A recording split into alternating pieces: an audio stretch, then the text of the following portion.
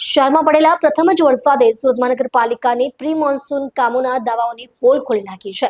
શહેરના અનેક વિસ્તારોમાં પાણી ભરાતા ખાડીપુર જેવી સ્થિતિ સર્જાઈ હતી।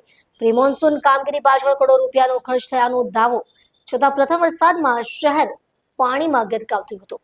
સુરતમાં પ્રથમ જ વરસાદે મહાનગરપાલિકાની પ્રી મોન્સૂન કામગીરીના દાવાઓ સામે સવાલો ઉભા કર્યા છે। શહેરના અનેક વિસ્તારોમાં પાણી ભરાતા ખાડીપુર જેવી સ્થિતિ સર્જાઈ હતી, જેના કારણે ઘરો અને દુકાનોમાં પાણી ઘૂસતા લોકોને ભારે આર્થિક નુકસાન થયું હોવાનું જણાવાઈ રહ્યું છે।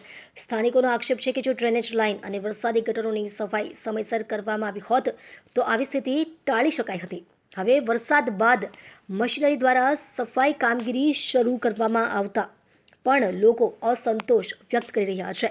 નુકસાનગ્રસ્ત પરિવારોનું કહેવું છે કે સરકાર તરફથી મળતી રૂપિયા 6,800ની સહાય વાસ્તવિક નુકસાનની સરખામણીએ પૂરતી નથી। સમગ્ર મામલે પ્રી મોન્સૂન કામગીરીની તપાસ કરીને જવાબદારો સામે કાર્યવાહી કરવાની માંગ ઉઠી રહી છે। મારું નામ અશોક સોમા ભૈસાને, હું નાગસેનગરમાં રહું છું।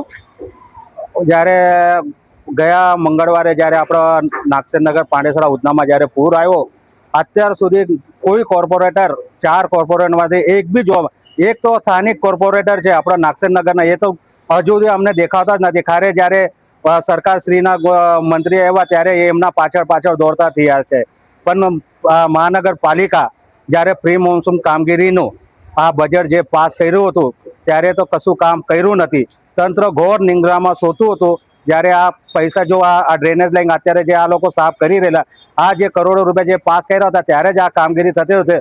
આપણા પાંડેસરા વિસ્તારના કોઈ ગરીબ બિચારા લાચાર માણસ અત્યારે બે ઘર નહીં થતા।